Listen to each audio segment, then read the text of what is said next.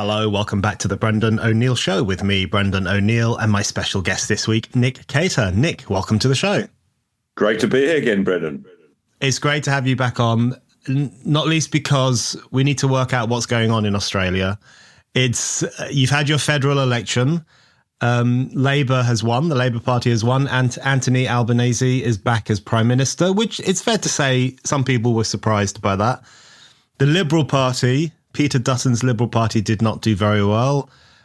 So it looks like Australians are stuck with the status quo. And watching it from afar, it's hard to work out what's really going on, because some people are saying this is a great tub-thumping victory for Labour. Other people are saying, actually, there's interesting stuff going on under the surface. What's your overview of what the Australian people said in that election? Well, first, and I hope this doesn't cause people to switch off, but I don't know either what went on, frankly, Brendan, and I'm here. Look, it was the most extraordinary election, the most unpredictable election I've ever been involved with in Australia or indeed Britain. And that's the only bit I got right. In predicting the result, I said very clearly and firmly it would be the most unpredictable election I'd ever covered. But I then boldly went on to predict that I thought Labor would win, but in minority. They would have to govern in partnership with the Greens, and the Liberals would pick up seats, because it seemed certain to me that they were ahead in quite a number of outer metropolitan and regional seats. Because what you've got, the fundamental divide, of course, as in Britain, is between the inner city elites in the sort of woke bubble and what I call real people, people who do real jobs and don't spend all day on Twitter. So that's the broad divide. But I'd say two more things. It's complicated here very much, as in Britain, but in a different way, in that we don't just have two parties anymore. The last time we had a landslide government, the last landslide was 2013, which was Tony Abbott for the Liberal Party. From memory, I think he had about 45 or 46% of the popular vote. So that seems quite reasonable in our system, that if you get almost half the popular vote, you should have a landslide. This time, Labor got a landslide with only 34% of the vote. So in that sense, it's very like Britain and very like Keir Starmer, in that you've got a complete the popular vote and the size of their representation in Parliament is way out of kilter. They'll have twice as many MPs or more than the Liberal coalition, but only 4% more of the popular vote. So we've got that problem here, that our idea of a representative democracy is under challenge. And just like Keir Starmer, I think Labor here will face the challenge that feels like they've got the whole country behind them, but they have to remember it's only 1/3, and that they've got to be governing extra carefully because of that. So, yeah, I think that's a really important stat, that Labour is back in power on 34% of the vote. So it's not... Put that in perspective. 34%, I think, is either their fourth or maybe fifth lowest vote ever since 1901. And let's say, too, that the Liberal Party are also on the smallest vote ever. They're down to 31 or 32%, which is crazy, because they used to lose elections with 44 or 45. So this is a relatively recent phenomenon. It's only, you only go back 4 or 5 elections and you have a different picture. So to have a three-way contest is very interesting. And we should make the comparison with Canada, but we can talk about that later on. Yeah. And as you say, it is similar to Keir Starmer's so-called landslide here in the UK, which was less a landslide than a kind of anti-Tory trickle. People were sick and tired of the Conservative Party that had been in power for 14 years, and they took a punt on Keir Starmer, but not with much enthusiasm. And he rode to power on not a significant number of, not historically speaking, not a very significant number of votes. And it seems a similar thing has happened in Australia. Is there recognition of that within the Labour camp, or within the kind of Labour-leaning press, when they look at the fact that it's 34% that Anthony Albanese got, and that's what's put him back in power, and as you say, it's the fourth or the fifth lowest vote that Labour has ever had? Is there a recognition in that camp that this is, we've won, but we might be losing in the long term? How are they talking about it? Absolutely zero. I mean, we're only, 4 or 5 days out from the election, and you've got to allow them their little moment of celebration. I mean, it's been a very unexpected win. Let me say that almost nobody predicted this majority Labour government of this size. Almost all the polls were way out. So we've got that same problem that we have nowadays, that polling is very hard, and it's very hard to poll when you've got three parties in the race and not always the same three parties. So yeah, it's almost like 150 micro elections. We've got 150 seats rather than one general election. But yeah, Labour, I think, look, it's early days. Let's see what happens when they calm down. But I think the danger for them is that they won't calm down and they'll go in just with this commanding majority in Parliament, thinking they can do whatever they want, and they'll overstep. They'll go too far. I mean, parties almost always do that. So that'll be the opening for the Liberal Party and the coalition next time around. You know, one of the reasons I was surprised by Labour's victory, however non-stunning it might be in historical terms, is that Albanese is, in my view, not a very good prime minister, and has failed to win the public support in recent years. I mean, the best example, of course, is the Voice to Parliament referendum, which he was very much behind, which was the idea of prioritising Indigenous voices in certain aspects of politics, which people saw as racially divisive, very much against the Australian spirit, to give more weight to one voice on the basis of their racial heritage than to another voice. And that was voted down by 60% of people, I think, including in many Labour seats. So how is it? And referendums are often a good measurement of where a government is at. So when Leo Varadkar lost his referendum on rewriting the Irish Constitution, he was out. When David Cameron catastrophically lost the Brexit referendum here in the UK, which was a great day for Britain, he left. How is it that Albanese could do something so unpopular and suffer such a defeat and then come back at the federal election? Well, that's a very interesting question, Brendan, because if you go back to that referendum, which was only 19 months ago, like a year and a half, it was, so people can place it in their minds, it was October the 14th, 2023, which always strikes me as very ominous because it came a week after that other event, which everybody has etched on their minds. So it was recent and it was crushing. Peter Dutton for the coalition came out for the no case. They made a very strong case that it was un-Australian to give certain groups of Australians special representation to Parliament simply on the grounds of their biology, on the grounds of their race. You know, that's very much against how Australians think of themselves and of one another. They talk about First Nations people here now. Well, the logical flow on from that is that the rest of us, because I can't claim any Aboriginal heritage, you can probably hear from my accent, I'm originally from England, but, you know, I can't claim Aboriginal heritage, so that makes me Second Nations people. And that's people, Australians are not prepared to stand up for that. So it was a crushing defeat, 60-40, with Peter Dutton for the Liberal Party on the right side. So it's an enormous question. How did he go from a 60% vote to 30 or 32% in that period? And that'll take some time to work out. But I think essentially it was an easier ask with the Voice because it was one isolated question. And you knew, if you knew the Australian people, that they would want to vote no to it.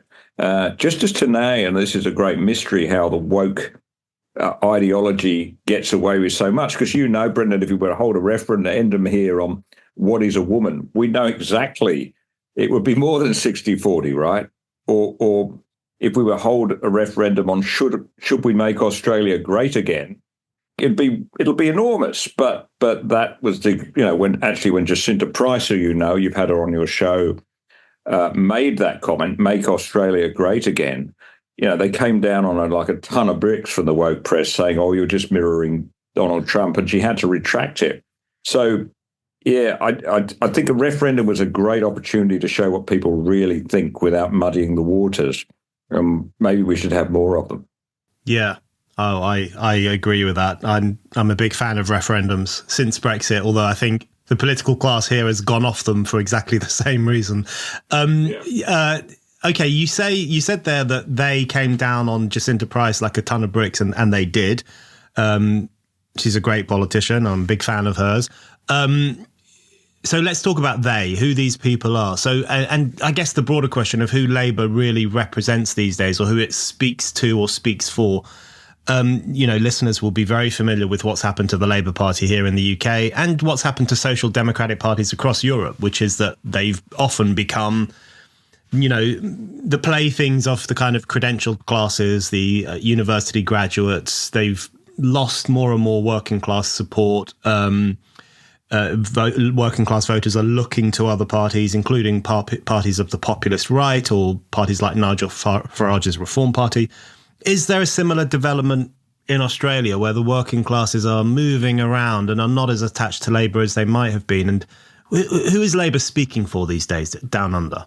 Yeah, well, they're not speaking for the working people, Brendan. It is a very similar dynamic to Britain. So they used to speak to the working people, have a historic attachment to affiliation with the trade unions, as in Britain, which is still there. But of course, the trade unions now don't really speak for the working people either. Their membership is down in the single figures in the private sector here. So there's a few privileged sectors of workers like miners and others who can basically, and construction workers who can command huge wages and run these huge scams because they're some of the few that have stayed in these cartels. But, the Labour there's been a battle in Labour which you can almost pinpoint to 1967, which is when Gough Whitlam got elected as Labour leader. People know their history. When the intellectual wing of the Labour Party, and I use the word intellectual not meaning in any way other than they're just, stemmed largely from the universities, really started to challenge the domination of the industrial wing. And that battle has been a ding-dong battle, and the intellectual win has won commandingly. So if you go through the ranks of Labour MPs these days, everybody's got a degree. Most of them have got a degree in the law. I haven't been through the latest lot, but you'd be hard-pressed to find 4 or 5 who've got a trade certificate, i.e., they're plumbers or electricians, so they can actually do that kind of job. And you tend to find more of those people in the Liberal Party now. So it's been a complete inversion, really, over the last 20 years. That, now, for instance, if you have a plumber or you get picked up by a taxi driver, you just assume they're voting Conservative. You are 99% of the time right. I mean, I stood on polling booths. We have this institution of how to vote cards because our voting system is so complicated. You have to give how to vote cards. And I was giving those out for the Liberal Party. And you'd see people approach, if they had a high-vis jacket on or, Lunston boots, which are the working man's boots, you knew they were coming to you. If it was a 20-something woman with, a little patterned jersey, you knew they were going to go straight to the Greens or Labour. It is a complete reversal. Hi, it's Brendan here. I just wanted to remind you that you can still buy my latest book. It's called After the Pogrom, 7th of October, Israel and the Crisis of Civilization, and it's available right now from Amazon. I'm really proud of this book. It is an unflinching account of how the West failed the moral test of 7th of October 2023, which of course is the day that Hamas and other militants invaded Israel and unleashed barbarism. The book documents in pretty chilling detail how activists, academics, and others in the West ended up making excuses for Hamas's violence, ended up taking the side of the pogromists against the pogrom's victims, and ended up, in the process, turning their backs on the values of civilization. The book is fundamentally a call to arms for Western civilization. It makes the case for restoring Enlightenment values and standing with Israel while it's under attack by radical Islamists. I don't know if an author is allowed to describe his own book as essential reading, but I really do think it's essential reading. It's called After the Pogrom, 7th of October, Israel and the Crisis of Civilization, and you can get your copy right now from Amazon. Yeah. Oh, yeah. Well, that sounds very similar to the UK. You could make exactly the same judgment. You could judge books by their covers in a similar way here when it comes to certain voting habits. What is the extent of the wokeness in Australian Labour? The Labour Party here is struggling with it at the moment. It's trying to move away from some of the crazier positions that it's held, especially Keir Starmer's famous failure to say what a woman is, or to say whether or not a woman can have a penis. We've had the Supreme Court ruling. It seems to have clarified that issue for these politicians who apparently needed judges to tell them what a woman is. What's it like in Australian Labour? I mean, you talked there about earlier on about the voice to Parliament, which suggests that Labour was completely infected by the politics of identity and the politics of racial difference, which is worrying. What are they like on the trans issue, other issues related to wokeness? Are they just deep in the weeds of all that, or is there a recognition on their part that a vibe shift is coming? They are. I think we're fortunate here, fortunate or unfortunate, in that we had another party on the left, the Greens party, which are way out on the fruitcake fringe. So they sucked up a lot of that really weird stuff. And Anthony Albanese is at least cluey enough to know that he has to be careful about this stuff because it goes down like a lead, particularly after the voice referendum. So they are cautious and they won't go out on a limb on that stuff, but they do all the same things. I mean, they're obsessed with identity politics at every level. And they've also got that other horrible woke trait of censoriousness. So they tried to pass a disinformation bill. I don't even have to describe that to you, Brendan. You know where they're heading with that. And that didn't get up the first time, but they'll no doubt have another go. They had a bill to Parliament to make discrimination against people on the grounds of their religion illegal. And that's a tricky one to get through, and I wish we didn't need it. But since there's, the same discrimination for everything else except religion, we do need it. They didn't try very hard to get that through, and they say they're not going to do it now, because they really don't like religion or faith or anything like that. So they've got a lot of the same traits. The big thing here, the big issue here where they does show up, of course, is on climate and energy policy. So they've gone overboard with emissions targets, the zero 2050 thing, which I see that Tony Blair has now come out and said it's problematic. Well, they should listen to that. But no, there are people in the party unbelievably pushing for 70% emissions by 2035, which would be suicidal for the Australian economy, even if we could meet it. So when you see what's happening in Spain and Portugal over the last few weeks, that's been barely reported in the woke press here. A lot of us have covered it and looked at it because it is a clear demonstration that you can have too much renewables, but they're not listening to any of that. They're still off in la la land. And, energy policy here is very much in the hands of the political class and the ideologues, not where it should be, in the hands of the engineers. Yeah, I wanted to ask you about the climate question, because I think that plays out more interestingly in Australia than almost anywhere else in the Western world. Australia is a incredibly resource-rich country. You have a great mining industry. Some people take pride in the fact in what Australia does with its natural resources and how it transforms them into energy. But then, of course, you go to these circles that you're talking about in certain cities, in certain areas, and there's a great sniffiness about all of this, about digging for coal, burning coal, using any form of natural resource. We have to pay our penance for that by reducing emissions and so on. Where does the climate question now stand in Australia? Because I know that one of the issues in the election was cost of living, cost of energy bills, which Labour promised to bring down but failed to. What's the cause of failures like that, and what discussion is it giving rise to? This was on the table at the last election because the Liberal Party, one of the great things that Peter Dutton did as Liberal leader is he actually tackled the nuclear taboo. So no party had come out advocating nuclear power, which is illegal as it now stands in Australia. It's absurd. We've got, I think, 1/3 of the world's uranium here. But to use it to generate power is illegal, literally illegal. So Peter Dutton came out and said that this was nuts. He would lift it and we would have a nuclear power program, building 7 nuclear power stations, basically one for each capital city. And that would have helped a great deal.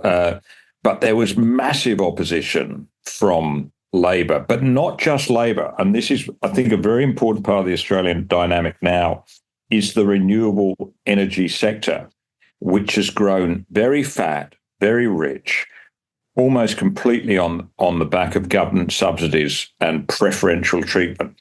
None of it on the ground of profits for actually producing electricity. It's all on the renewable energy certificates and everything else they're given to give them a privileged start. And it actually began under the John Howard government in the early 2000s, but was turbocharged by Labor in between 2007 and 2013. And they've grown and grown and grown. They are now very powerful and very rich. And so rich and so influential, in fact, that they've established their own party. They have their own, essentially what it acts as a party, the Teals, who are funded, and you can follow the funding train here. It's all disclosed. This isn't a conspiracy theory. They're funded by a group largely called Climate 200, which is run by a bloke called Simon Holmes a Court. And it is entirely dedicated to channeling money, much of which comes from overseas. It's not very transparent, to knock off the idea that we would have nuclear power, because they know if we introduce nuclear power here, that's it. That would halve the amount of their value of their investments right away, because we'd have a 24-hour reliable synchronous form of power. So it's taken some of us to wake up to this, but this is a massive factor in Australian politics now, because we're talking about such enormous sums of money being pumped in for these Teal candidates who look, they're called community independents. They're almost all women. They look like nice women who just care about the planet and their children's lunch boxes. But behind it is this massive funding operation that's turned Australian politics on its head and made it very hard for the Liberals to get elected, because they lost the last election 6 of their key seats to this group. They've actually won at least one back. I think our mutual friend Tim Wilson, you remember, in Goldstein, has won his seat back from a Teal, which is terrific. That's fresh off the press today, and they'll possibly win one more. So there's a pushback. But when Peter Dutton said he'd go for nuclear, he's not just taking on the Labor Party.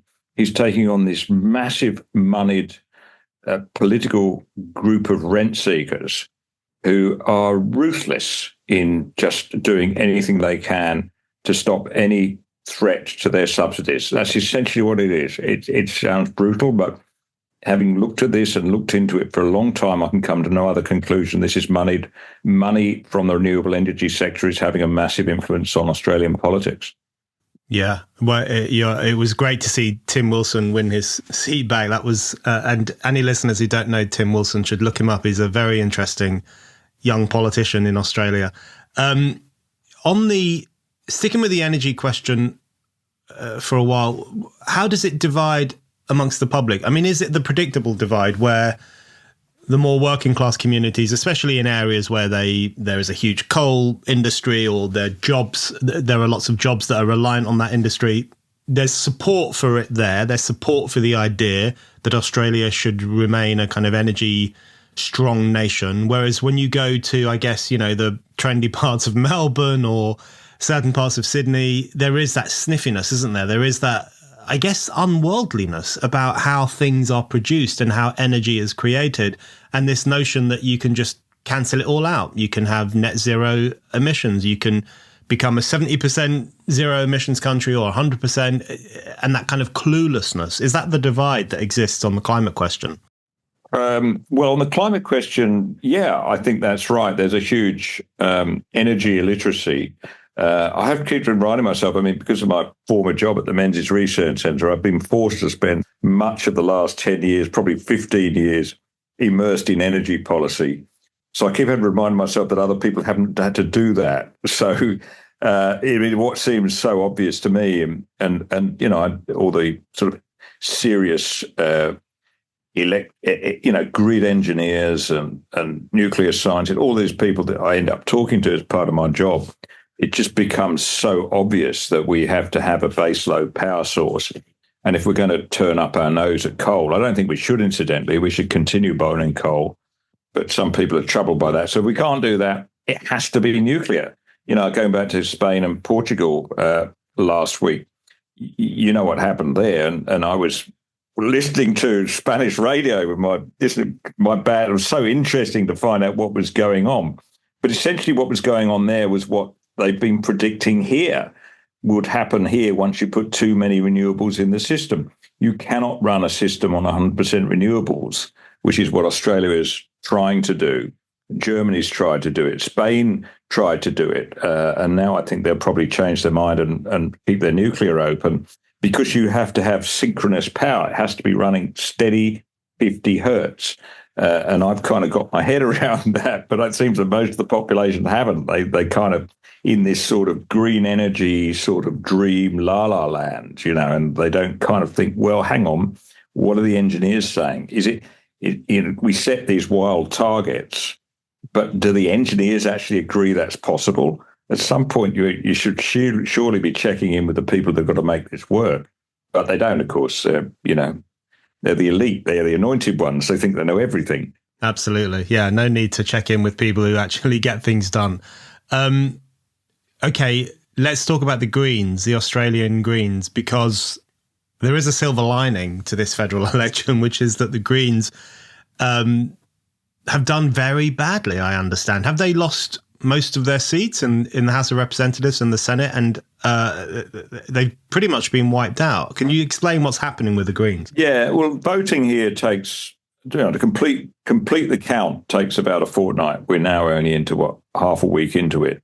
So that's still going through. But as things stand, significantly today, the news came through that Adam Bant, who is the leader of the Greens, has lost his seat. He was on, I think, something like he had about a 7 or 8% margin.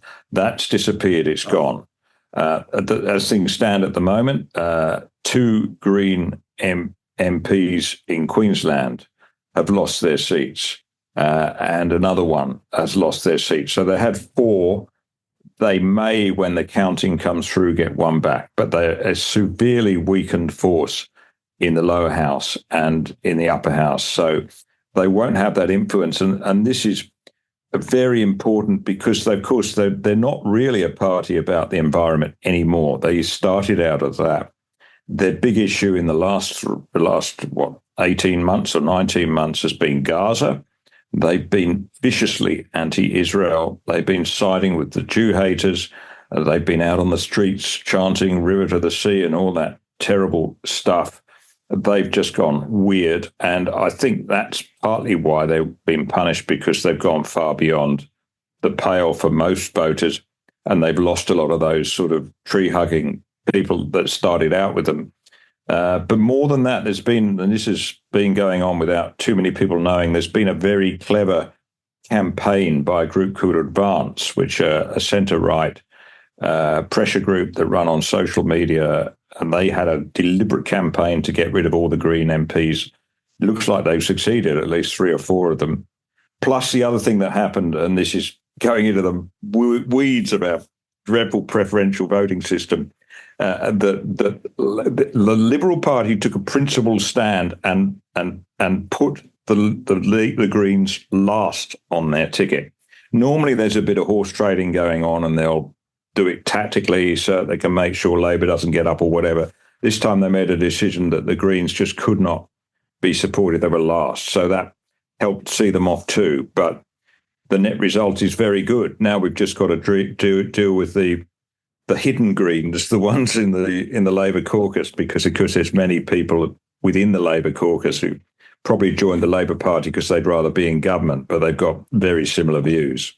Sticking with the Greens just for a moment, whenever I've encountered them in Australia, I was on Q&A on the ABC with one of the Greens leaders once. They've never struck me as particularly pleasant people. I don't mean that in a morally judgmental way, but I mean in political terms. They're either banging the drum on the environment, of course, and putting forward policies that I think would be destructive to many working class people's lives in terms of cutting back on energy and raising costs.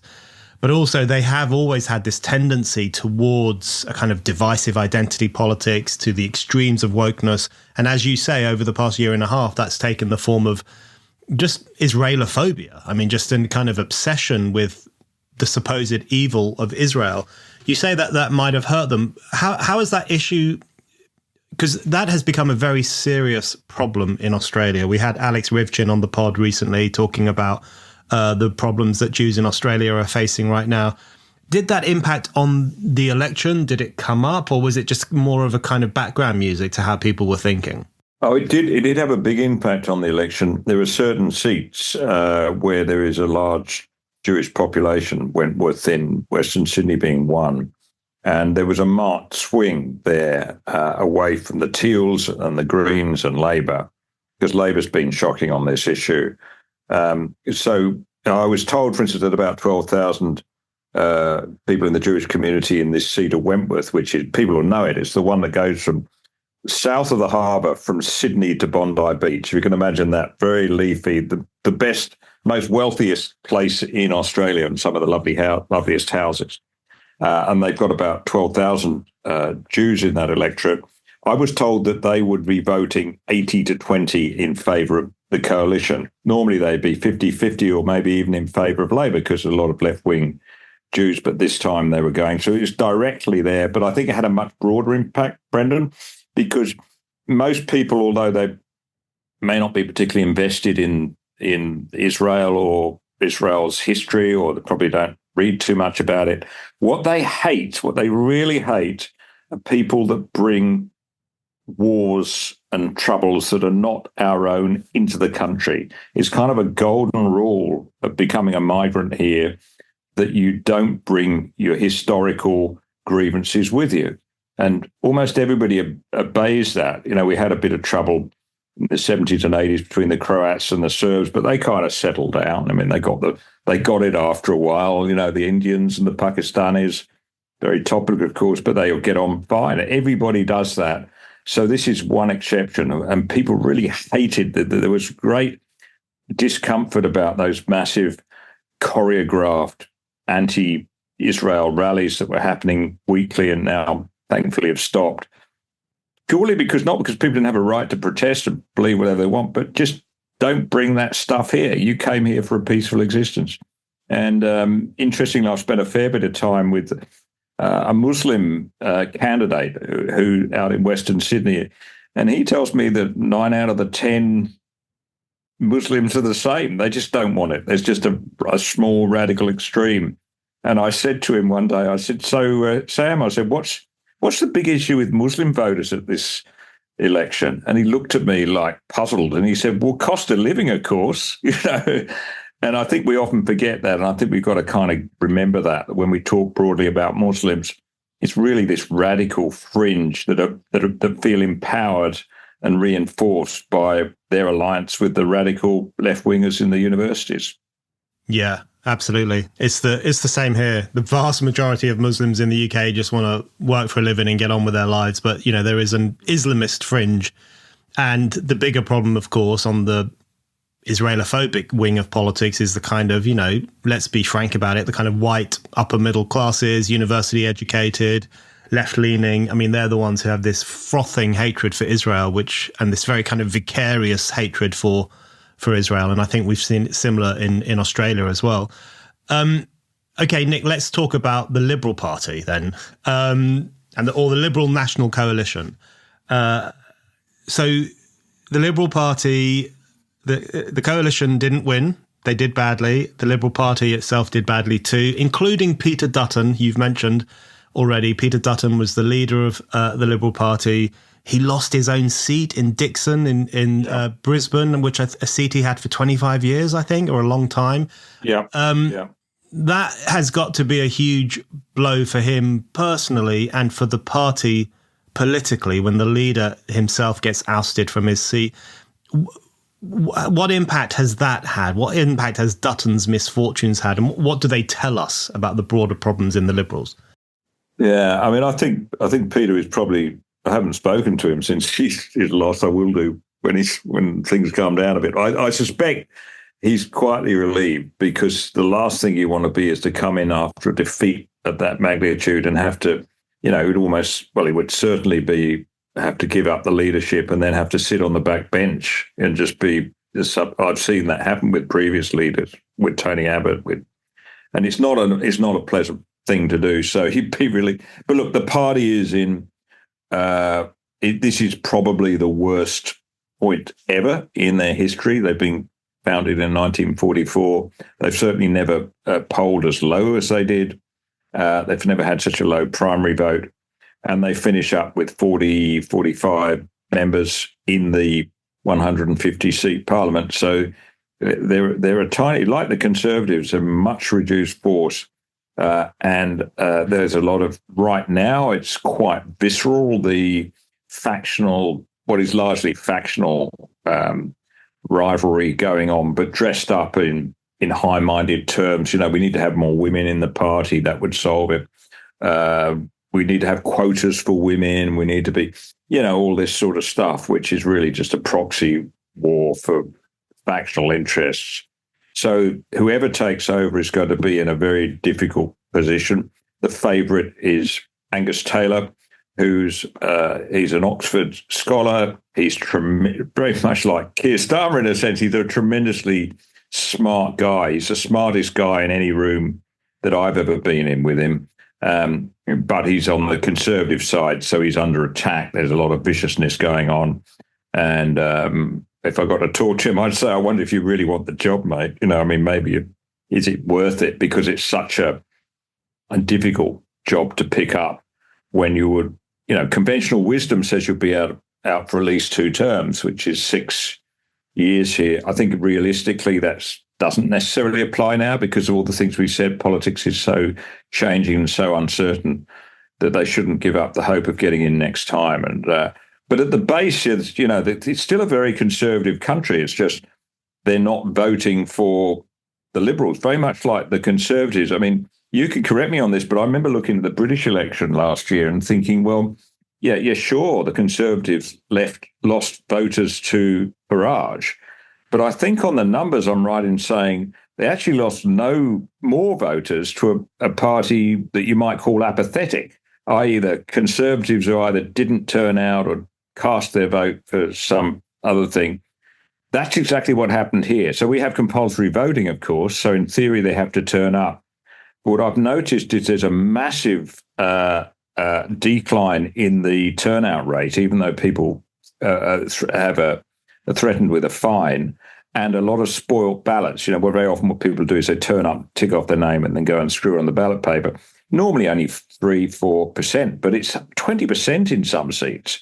So my sense, and the fact that they've gone for a lot of sort of fringe centre-right fringe parties, they want to vote for Labour, but they weren't ready to vote for the Liberals. The Liberals hadn't made the case.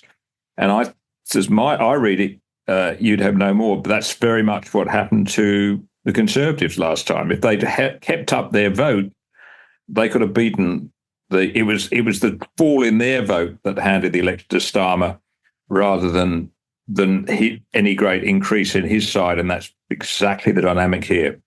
This year, Spiked is celebrating its 25th birthday.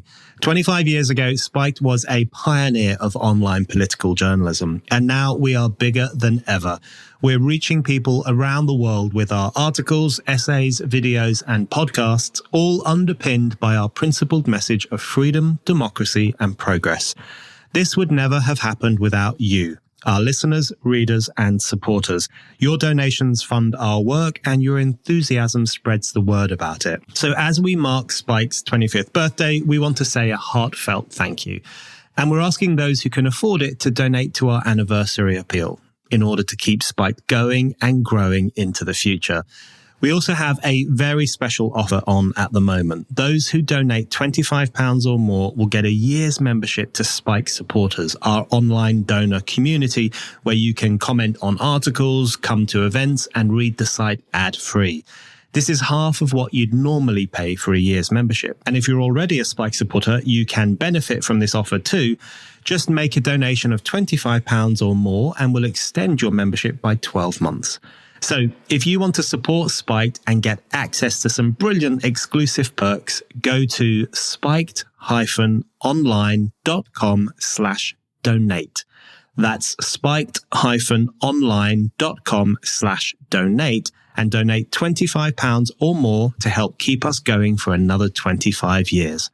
That's very well put. Yeah, the implosion of the Tories was the key dynamic in our general election last year, and the apathy party was a big winner, and it often is in elections. And I know that plays out differently in Australia. And I might, if I could just take over your podcast for a moment, Brendan. I think it is worth looking at Canada. So Canada had an election just 5 days before we did. Very different result. I mean, pre-election in Canada, they were in the same position we were. You know, roughly one third for each of the major parties, and then 1/3 for the minor parties. You know, for the Bloc Québécois and the LDP and so forth. But that has changed dramatically in Canada. The primary vote there, 85% voted for one of the two major parties. Both parties had a massive increase into the 40s for their popular vote. So what happened there? They were actually, both parties were playing into the nationalist narrative, obviously with the threat of tariffs from Trump. But that has raised great hopes here. You sort of say, well, it doesn't have to be this way. It's not an inevitable trend towards a sort of, multi-party system on the European style. If parties have got the guts actually to speak directly to the public and say what they're thinking and connect with them, we can turn this around, because I think that's what's happened in Canada. That's an interesting way of seeing it. And it taps into what I wanted to ask you about the Liberal Party and where they might be going wrong, because it seems to me that, again, I don't want to make too many British comparisons, because Australia is its own country and it has a very distinctive form of politics and a distinctive voting system. But it seems to me that, like the Tories, that there are some people in the Liberal Party in Australia who've got some good ideas, some good policies, but aren't always very good at pushing them. So, I mean, look at the woke question. So, as you said, Peter Dutton and the Liberals took a good position on the Voice to Parliament referendum. They said, no, we're not in favour of it. And that was a great victory for that side of the discussion.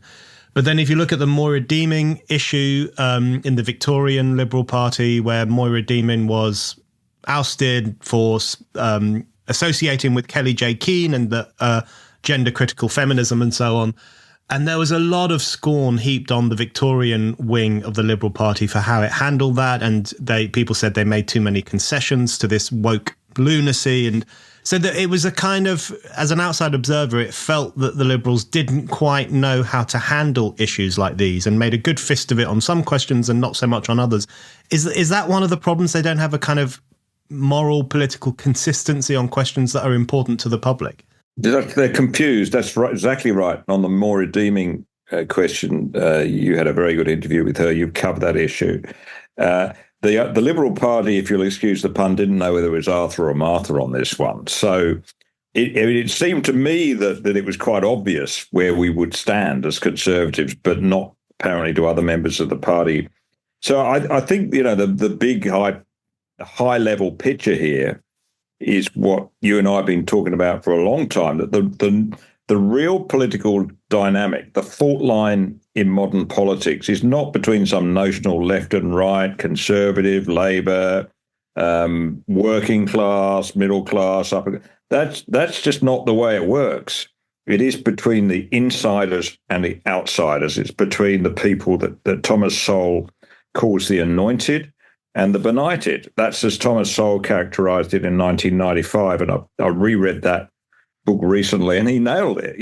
That's it. There's the people who come out with university degrees and think that because they're experts in political science or then they're experts in everything, so then they can decide energy policy for us without realising that actually those are very practical things that need very different skills than they have. It's this sort of contempt.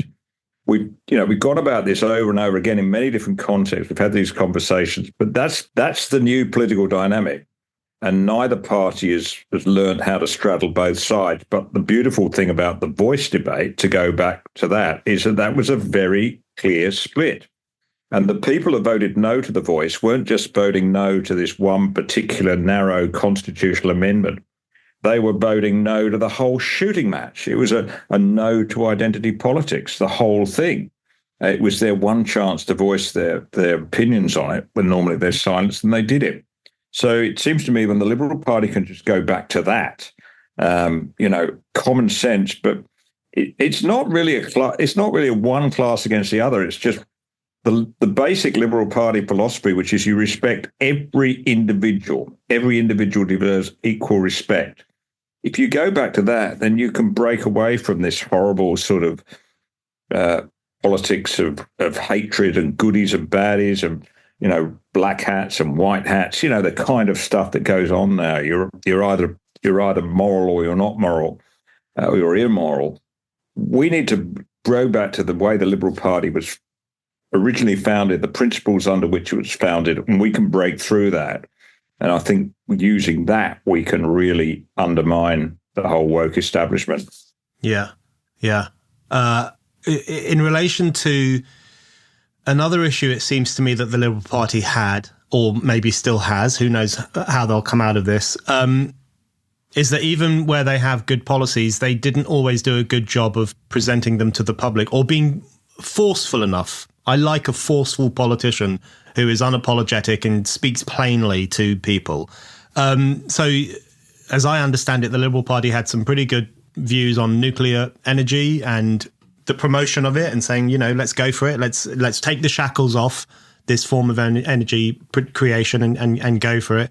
They were also took a pretty good stand against Labour's strangling of the mining industry and other policies like that.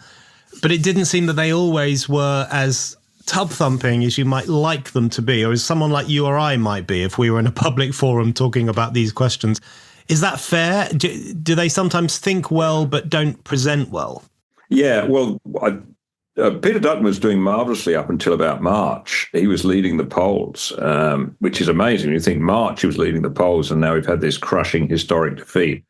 What went wrong in the meantime? Well, the campaign team stepped in, and the polling and the focus groups, and suddenly, I thought, that's not the Peter Dutton we've seen for the last 3 years. I can see the whites of his eyes now. He's just pulling back. He's very cautious. He won't say this. Why isn't he unveiling this policy, which I knew they had tucked in their back pocket?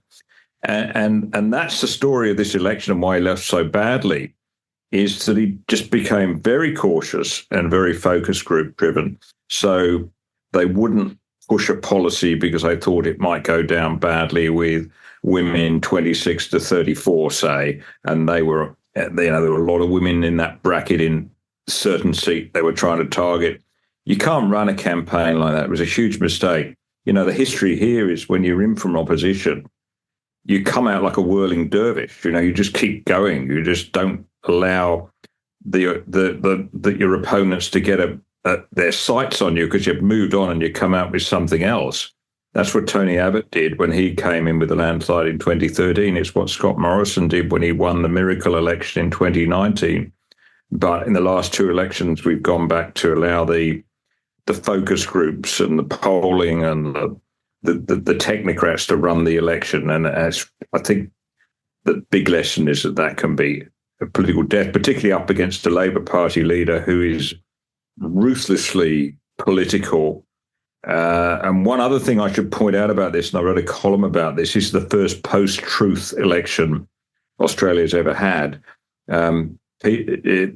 The Prime Minister, Anthony Albanese, told lie after lie after lie. And I use those words cautiously. There were lies. There were factual mistruths. He misquoted figures. He's got numbers wrong. He said things that weren't true. And whereas normally you beg them to be picked up and they then have to retract, not this time. He just repeated it and repeated it and repeated it. So, for instance, he said that the opposition's nuclear program would cost $600 billion and that therefore they'd have to cut money from the health budget to pay for it. Complete fiction, absolute fiction. But he just said it over and over again. Even when he was challenged, he kept saying it. And I've never seen anything like it, Brendan. I mean, you expect politicians to push the truth sometimes. But just this barefaced lie that he must have known was a lie, and he would not relent. He said it oft more. The more he said it, the more it kind of sunk into the public imagination. It would be reinforced with all sorts of social media campaigns and text message campaigns. it's a new kind of politics in my mind. But I think it stems from this, this idea which a lot of young people actually believe: there's no such thing as objective truth, my truth and your truth. And that's what's crept in. And we've got people now in their 20s who've been through all this rubbish at universities, actually don't think there's an objective truth. So it doesn't really matter what the Prime Minister says. I just felt there's a worrying turn. Yeah, well, we've just had protests on the streets here in Britain because the Supreme Court said that men are men and women are women. So we really do live in a post-truth era. It's a prime example. That whole transgender thing is in the same bracket. And we're there with energy policy, incidentally, too. Any engineer will tell you that wind and solar and hydro are not baseload power, and you need baseload power. But they say, no, wind and solar and hydro are baseload, and they keep saying it. But that's exactly, they're denying the laws of physics, just as the transgender lobby deny the laws of biology. They just seem to think that that's okay. That's very well put. And it's striking how it's often the politicians and the parties that most want to clamp down on misinformation who also seem pretty wedded to their own forms of misinformation. There's a striking contradiction there. Okay, Nick, to finish, let's talk about, the bigger picture. We've mentioned Britain a lot. You've mentioned Canada. What's going to happen with the two-party system? It was interesting to hear you say there that it might not be a bad thing if that were to get back on track. And in the piece that you wrote for Spike prior to the election in Australia, you talked about how the two-party system was the great stabilising force in the Westminster system of politics. And the two-party system is under fire. It's under fire hugely here in the UK. We've just had our local elections and Nigel Farage's Reform Party did superbly well. It was a real body blow to the two-party system, which I think could well change politics here over the next few years. Despite the victory of Labour in Australia, the two-party system there does seem to be withering. And I think if you add together the Labour vote of 34% and the Liberal vote of 32%, you get 66%, which I understand is the lowest number that the two big parties have ever received. And that's similar things are happening in different parts of the Western world. Do you see that as a negative thing, or do you think it's a kind of insurgency of ordinary people saying, look, well, the two parties aren't doing what we want, so we're going to ask for more parties? Well, number one, I think the Westminster system is the best form of government there is. We might both agree on that. I think we inherited this from the UK and we've improved it here. I happen to think, but it's what they've got in Canada and New Zealand. It's a very stable form of government. It's served us very well. So you don't want to be chucking it out. But I think that the multi-party thing doesn't really work very well at all. And so, I mean, it doesn't work in a fair way. I mean, Farage, of course, should have had many more seats than they actually ended up with. But the whole first past the post, the two-party system mitigate against that. It does in Australia in a different way. We have this preferential voting that's supposed to sort that out. But as you say, this election, you can see it's way out of kilter. So it's not working. I was very interested. I spent a lot of time in Europe rather than the UK last summer, during the European elections. And it seems to be working quite well in Europe. You take, say, Sweden or Finland or just about any country you want. And you've got multi-party coalitions in government that are actually sometimes very effective, that they each bring their own strengths and they cancel out the other's weak points. And they work. It would be very unusual in Finland, for instance, to expect one party to come in as the clear winner in any election. It's usually two or three parties having to get together and work out what's in the national interest. That's fine in their system, but that doesn't work in the Westminster system, or not easily. So I think if we want to stick with the Westminster system, I think we have to force the discipline that you may not agree with somebody, but going off and forming another party is just simply a waste of effort because you're going to struggle to get into power. That said, I think there's a very interesting experiment going on in the UK now, and let's see how this turns out. Can Farage turn Reform into a serious, stable party with democratically, internally democratic. That's the crucial thing. So it's not sort of a top-down thing that becomes a third force in British politics. If that happens, I'll have to think again. But I somehow can't see it. I think at some point there's got to be some rapprochement between the Conservatives and Reform forces, or we'll never get a Conservative government in Britain again. Yeah, I think that I guess one of the big questions for the Westminster system countries anyway is, what do you want it to do? Do you want to radically improve the two parties, whether that's the Conservative Party or the Labour Party, or do you think they're lost causes and that we need another instrument to make our presence felt? And, I'd be all in favour of a Conservative Party here that was properly conservative and a Labour Party that actually represented people who labour. But at the moment, we don't have either of those things. Kemi Badenoch is doing a pretty good fist of trying to get the Conservative Party back on track, but it is a party that's drastically lost its way. And Labour, of course, has nothing to do with Labour anymore and has become a kind of an outlet for the woke elites. So I guess that's the big question. And it seems to me that you're very keen on improving the Liberal Party in Australia, which you think can be done. Whereas I think over here, people have probably thought, well, you've let us down so often, both of you parties, that we're going to take a punt on a third party, even though we recognise that might be quite disruptive to the system we've had here for a long time. I suppose I go back to first philosophical principles here and say,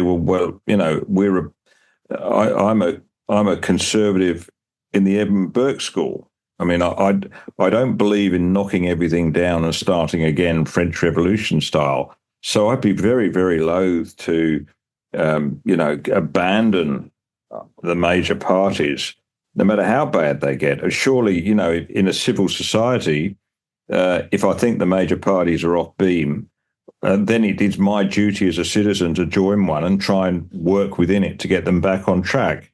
If that's the way it's always worked here, but now, of course, with social media and, the general fracturing of society, that's harder and harder to make work. People say, oh, bugger it, I'll go and set up a new party. And of course, they faff around, really. They might win a seat here and there, but they're never going to change the world. There's only two players on the field. So I'm going to stick with it. And the other thing, of course, in the history of the Liberal Party, very different from the Conservative Party. It's a newish party. It only started in 1944, and it was expressly founded by Robert Menzies, its sort of intellectual leader at that time. It was expressly founded to bring together the splintered, balkanised parties on the centre-right, the non-Labour parties. That's what he did, and since then, the centre-right here has been ascendant. It's been in power probably at least 60% of the time since World War II, since the party was founded. So I'm not prepared to abandon that. I'm going to stick with it. Every now and then I think, what's the threshold issue where I walk away from them? And every now and then they get close to it, but we haven't reached it quite yet, I must admit. So, yeah, I'm going to stick with it until it's totally useless. Others take a different view. But, let's see where we go.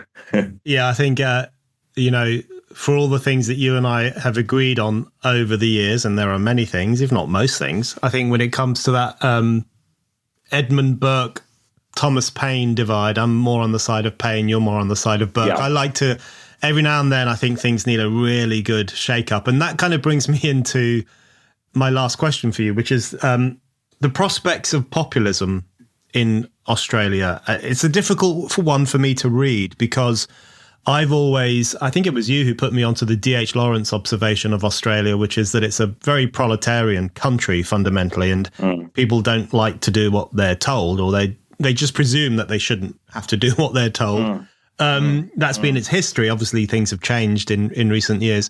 So in one sense, you think to yourself, well, maybe Australia doesn't need populism because it has that kind of have a go spirit anyway, which I guess at some level must limit politicians taking the piss out of the public because there's that instinctive pushback.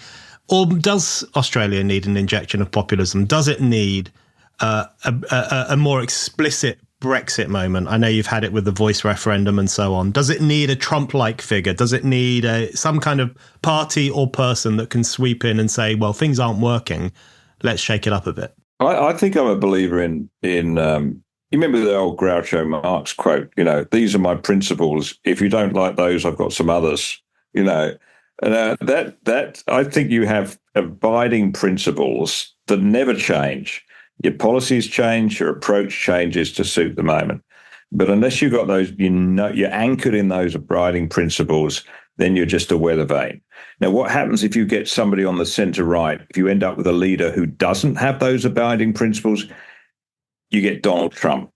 What about if you end up in Australia with a party that is not really clear about those abiding principles and doesn't have somebody of the charisma and nerve and bravado of Donald Trump? Well, you get Anthony Albanese, a Labour leader. So I don't think the solution here is to go. I don't want to see a Trump-style figure, even if they manage to sort of overcome all the hurdles and get into power.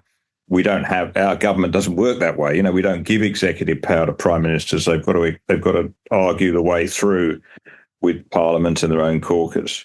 So I think the future of the party is just to go back to basic principles. And I'm not talking about very much that's complicated. It would be all the things that you and I would absolutely agree on, that everybody deserves equal opportunity and equal chance, that individuals should control their lives, not government, as far as we can. There's nothing controversial or difficult in this, but we need to have a grasp of those things so that when something comes out of left field, like the transgender issue, we know automatically where we stand on that question. We don't have this total confusion, which happens every 5 minutes. Nick, thank you very much. Thank you, Brendan.